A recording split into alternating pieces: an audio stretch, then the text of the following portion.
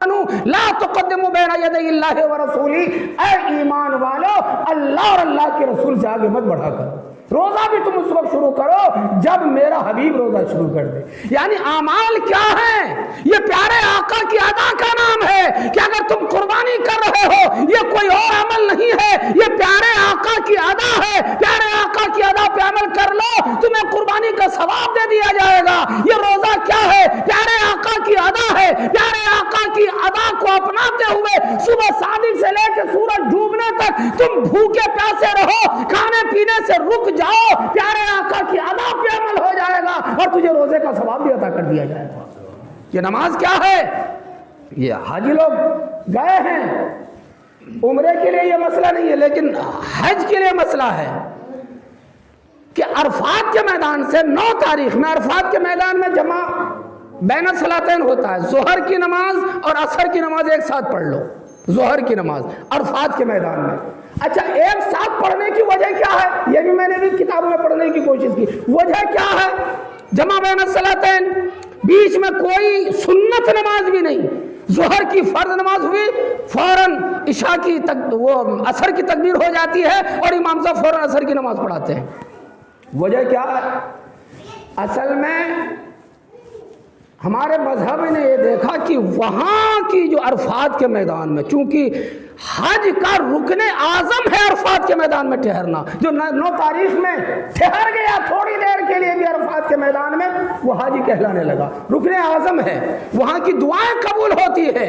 तो वहाँ कुछ लोग करते क्या थे, अभी जोहर की नमाज पढ़ी, अब कुछ देर के बाद असर की पढ़ेंगे तो बीच में कोई बीड़ी पीने में लगा हुआ है, कोई बातें करने में लगा हुआ है, कोई इस्तिंजा जाने में लगा हुआ है, कोई मिसवाक करने में लगा हुआ है, कोई वुजू बनाने में लगा हुआ है। दुआ मांगने का मौका नहीं मिला, जबकि दुआ मांगनी चाहिए। तो इस्लाम ने ऐसा इंतजाम किया है कि जोहर और असर की नमाज एक साथ पढ़ लो ताकि तुम्हें जी भर के वहां दुआएं मांगने का मौका मिल जाए। दुआएं मांगने के लिए इज्तिमा बैन सलातैन होता है वहां पर। और उसके बाद मगरिब से पहले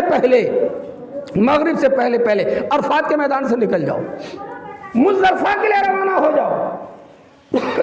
अच्छा, मगरिब से कोई मिसाल के तौर पर 10 मिनट पहले कोई निकला अरफात के मैदान से, 10 मिनट बाद मगरिब का टाइम हो गया। अब जब मगरिब का टाइम हो गया, अब हाजी साहब पूछेंगे अपने मुअल्लिम से, मगरिब का टाइम हो गया, नमाज पढ़ लूं? मुअल्लिम कहेंगे मत पढ़ो।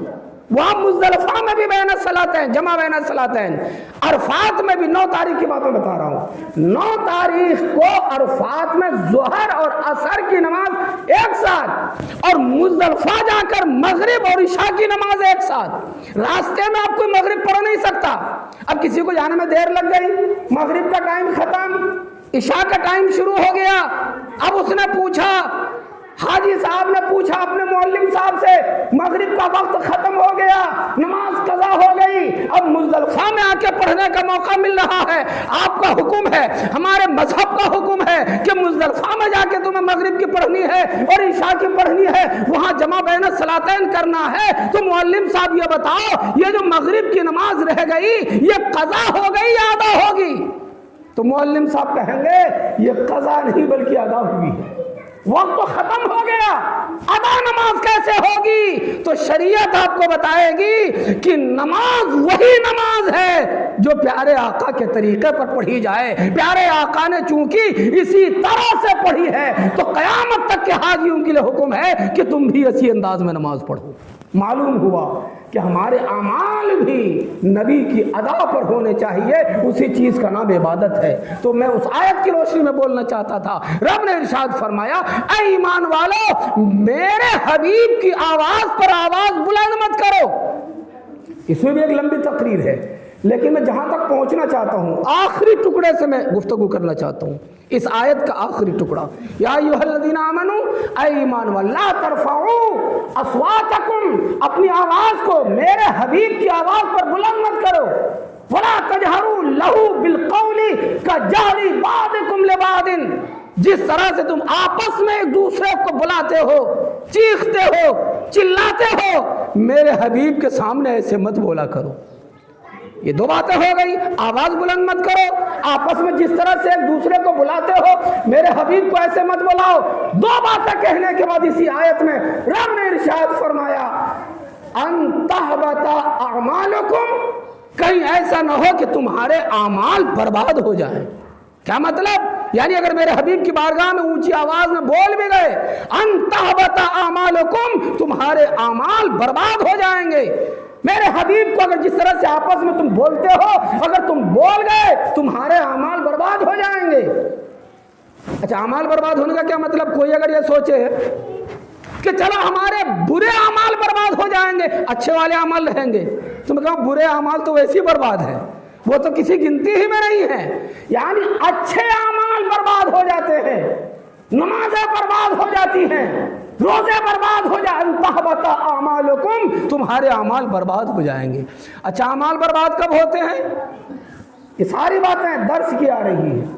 अमाल, हमारी नमाजें, हमारी रियासतें, हमारी नेकियां, हमारी ज़कात, हमारा हज, हमारा रोजा बर्बाद कब होगा? तो हमारा दीन ये बताता है कि एक आदमी एक ज़माने तक नमाज़ें पढ़ता रहा, रोज़े रखता रहा, ज़कात देता रहा, लेकिन एक ज़माने के बाद उसका ईमान चला गया। अगर ईमान ख़त्म, बेईमान हो गया, उसके सारे अमाल बर्बाद हो गए। अब बेईमान होने के बाद वो दुनिया से गया और जाके कह रहा मौला मैंने इतने दिनों नमाज़ें पढ़ी हैं, ले नमाज़ें ख़त्म हो गई तेरी, बेईमान होके मरा है तो। मौला मैंने इतने रोजे रखे थे, सवाब दिया जाए, रब फरमाएगा हाँ हाँ तूने रोजे रखे थे, लेकिन मरने से पहले तू बेईमान हो गया था, तेरे रोजे खत्म हो गए। मौला मैंने ज़कात अदा की थी, एक ज़माने तक 10-20 साल तक मैं ज़कात देता रहा, अपने माल का उश्र देता रहा, 10वां हिस्सा देता रहा, गरीबों को देता रहा, मिस्कीनों को देता रहा, मौला उसका बदला दिया जाए, तो रब फरमाएगा हाँ हाँ तू ज़कात देता रहा दुनिया में, लेकिन मरने से पहले तू बेईमान हो गया था, तेरे नेक अमाल बर्बाद हो गए। मालूम हुआ आदमी का जब अमल खराब हो, आदमी का जब ईमान खराब होता है तो उसके अमाल बर्बाद हो जाते हैं। मालूम हुआ अपने ईमान को हमें बचा के रखना चाहिए। अच्छा, आयत की रोशनी में आखिरी टुकड़े में मैं थोड़ी देर गुफ्तगू करना चाहता हूँ। आज रब ने फरमाया अंतहबता अमालुकुम, तुम्हारे अमाल बर्बाद हो जाएंगे। उसका मतलब है कि तुम्हारा ईमान खत्म हो जाएगा। अंतहबता अमालुकुम, तुम्हारा ईमान खत्म हो जाएगा। और फिर आगे फरमाता है वो अंतुम ला तशऊरून, और तुम्हें उसका शऊर तक न होगा, यानी जानकारी भी नहीं होगी, ईमान खत्म। तुम ये समझोगे हम ईमान वाले हैं, मगर कुरान कह रहा है वन तुम ला तशऊरून, तुम्हें उसका शऊर तक न होगा। तुम ये समझोगे कि हम ईमान वाले हैं, लेकिन हकीकत में अल्लाह और अल्लाह के रसूल की बारगाह में ईमान खत्म। बल्कि प्यारे आका ने फरमाया मेरी उम्मत में एक ऐसा जमाना आएगा कि उस जमाने में सुबह को लोग मुसलमान होंगे तो शाम को काफिर हो जाएंगे, और शाम को अगर मुसलमान होंगे तो सुबह को काफिर हो जाएंगे, उन्हें पता तक नहीं चलेगा। आज हम ऐसे पुरफितन माहौल से गुजर रहे हैं, हमने उस पर कभी गौर नहीं किया। मक्के मदीने की एक बात याद आई, शाहनामे इस्लाम में पूरा वाक़या लिखा हुआ है। मदीने में एक लड़की थी, मदीने की बात बता रहा हूं मैं, एक लड़की थी, मुसलमान नहीं थी, वो कलमा नहीं पढ़ती थी, यहूदी लड़की थी, सब्जी बेचती थी। शाहनामे इस्लाम में पूरा वाक़या मौजूद है, सब्जी बेचती थी। यहूदी 4 लड़के आए, उन लड़कों ने उस लड़की को जो सब्जी बेचती थी मदीने में, उस लड़की को परेशान करना चाहा। अब कैसे परेशान किया, सारा तफसील शाहनामे इस्लाम में मौजूद है, उस तफसील की जरूरत नहीं है। जब उन 4 लड़कों ने परेशान किया, वो चारों लड़के यहूदी, वो लड़की भी यहूदिया, मगर उस लड़की ने जब अपनी इज्जत को तार तार होते देखा तो उस लड़की ने सिर्फ ये कहा था कि इस कायनात में अगर लड़कियों की इज्जत कोई बचाने वाला है तो वो आमना का लाल है, और उसके अलावा हमारी इज्जत का कोई मुहाफिज नहीं। जबकि कलमा नहीं पढ़ती थी, वो हुजूर को मानती नहीं थी, मगर उसका दिल कहता था कि अगर औरतों के कोई सच्चे मुहाफिज हैं तो वो आमना के लाल हैं। उसने दुहाई दी, उस लड़की ने ऐसे टाइम में किसी और को नहीं पुकारा।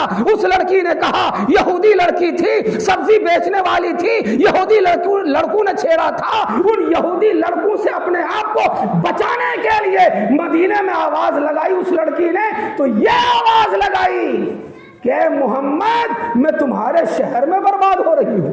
अल्लाहु अकबर। ए मोहम्मद, मैं तुम्हारा कलमा नहीं पढ़ती हूं, लेकिन तुम तो लड़कियों के मुहाफिज हो। जिंदा दफन होने वाली लड़कियों को तुमने बचाया है। वो बाप जो अपनी बेटियों का गला दबा देते थे, ए प्यारे आका, उन बेटियों को बचाने का इंतजाम आपने किया है। वो बेवाएं जो दम घुट घुट के वो मर जाती थी, उन बेवाओं से शादी करके उन बेवाओं का मकाम आपने बुलंद किया है। तो आपके मदीने में बर्बाद हो रही हूं। इतना सुनना था। नबी का एक कलमा पढ़ने वाला वो खड़े होकर देख रहा था, तमाशा देख रहा था। जब उस लड़की ने प्यारे आका की दुहाई दी, वो कलमा पढ़ने वाला अकेला तने तनहा मुसलमान मैदान कारजार में कूद जाता है और अपने दिल में तय कर लेता है कि जिस लड़की ने हमारे नबी की दुहाई दी है, उस लड़की की इज्जत को हमें जरूर बचाना है। मैदान कारजार में वो उतरता है और वो नबी का कलमा पढ़ने वाला उन यहूदियों को तहे तय कर देता है और खुद भी शहीद हो जाता है। शहीद होकर उस जमाने के मुसलमान ने एक हिंदू लड़की बल्कि यहूदी लड़की की इज्जत को बचा लिया है। एक वो जमाना था। अरे आज हमारा जमाना है। आज हमारे जमाने में क्या हो रहा है? हम क्या कर रहे हैं? हमारे नौजवान क्या कर रहे हैं? हमारे बूढ़े क्या कर रहे हैं? हमारे बच्चे क्या कर रहे हैं? अपने मुआशरे को देखने की जरूरत है। मैंने अर्ज किया था, प्यारे आका ने फरमाया एक वो जमाना आएगा जिस जमाने में सुबह को लोग मुसलमान होंगे तो शाम को काफिर हो जाएंगे। और एक हदीस पाक मुझे याद आई, प्यारे आका ने फरमाया सयाती ज़मानुन अला उम्मती, मेरी उम्मत में एक ऐसा जमाना आएगा, मेरी उम्मत में एक ऐसा जमाना आएगा जिस जमाने में लोग भूल जाएंगे कि वो हलाल खा रहे हैं या हराम खा रहे हैं। उस जमाने में भूल जाएंगे। आज हमारे मुआशरे में, हमारे समाज में किसी को इस बात की फिक्र नहीं होती है कि हम जो खा रहे हैं वो हलाल खा रहे हैं या हराम खा रहे हैं। लेकिन आज प्यारे आका ने 1400 साल पहले फरमा दिया था, एक जमाना आएगा, उस जमाने में लोग कोई तमीज, उन्हें एहसास तक नहीं होगा। बल्कि प्यारे आका फरमाते हैं, बड़ी काम की बात बता रहा हूं मैं, मेरी तकरीर तबे यार को बेचैन करती है। सबब क्या है? वही कहता हूं जो दिल पे गुजरती है। हालात को देखकर नबी ने फरमाया कि अगर तुम्हारे बदन में एक कपड़ा है और उस कपड़े में 70 टांके लगे हुए हों, 70 टांके, अब वो टांका अपने हिसाब से जोड़ लीजिए। कौन सा टांका? सिलाई वाला टांका मानेंगे या पैबंद वाला टांका मानेंगे?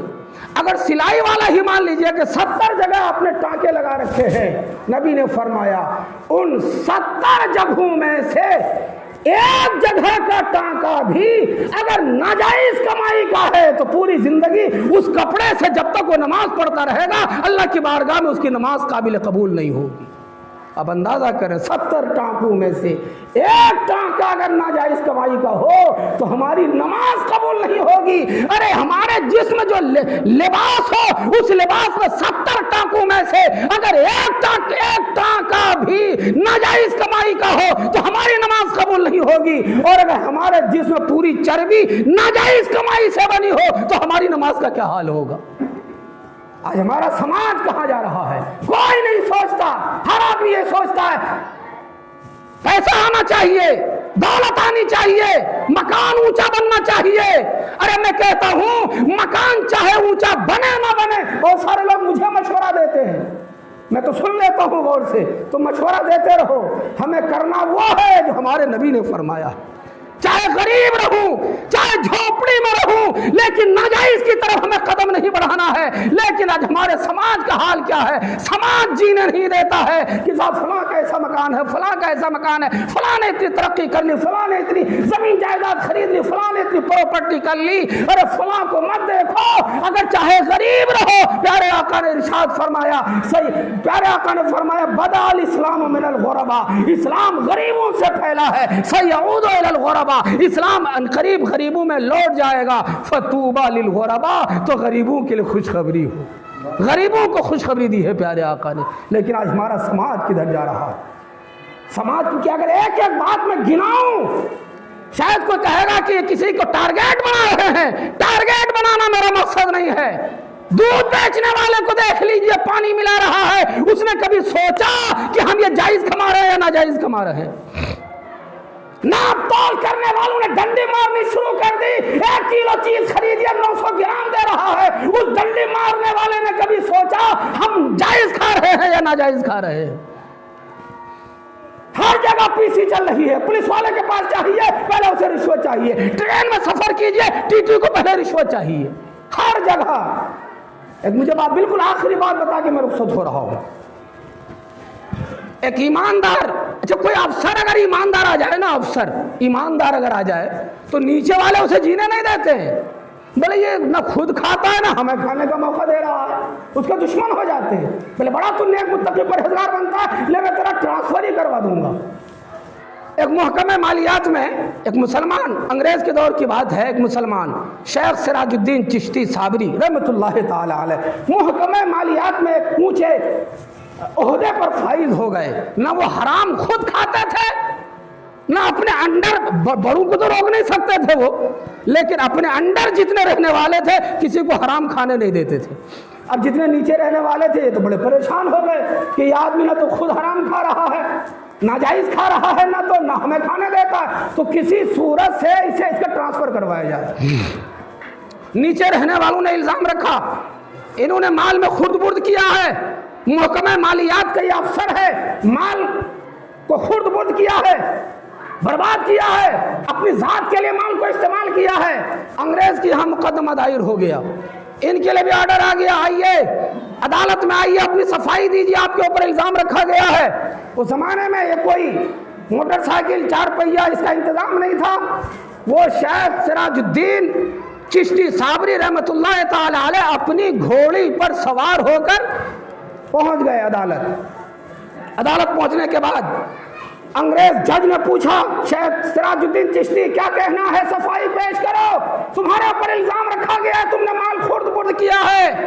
शेख सिराजुद्दीन चिश्ती भरे दरबार में बोले कि मैं अपनी सफाई की गवाही खुद दूं या अपनी घोड़ी से दिलवा दूं। तवज्जो चाहता हूं मैं, कितनी बड़ी बात कही, मैं खुद दूं या अपनी घोड़ी से दिलवा दूं। वो जज,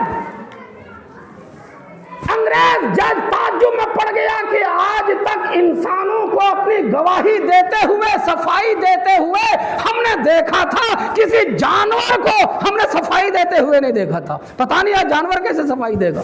जज ने कहा कि ठीक है इजाजत देता हूं। चले इजाजत हो, मैं अपनी घोड़ी को अंदर ले आऊं। घोड़ी अंदर आ गई।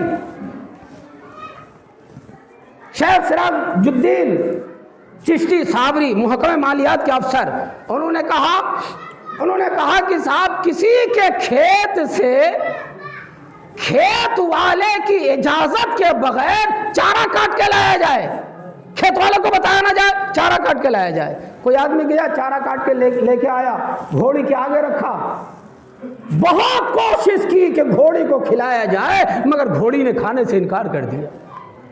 मुंह हटा लिया, मुंह के सामने फिर चारा लाके दिया गया, उधर से भी मुंह हटा लिया।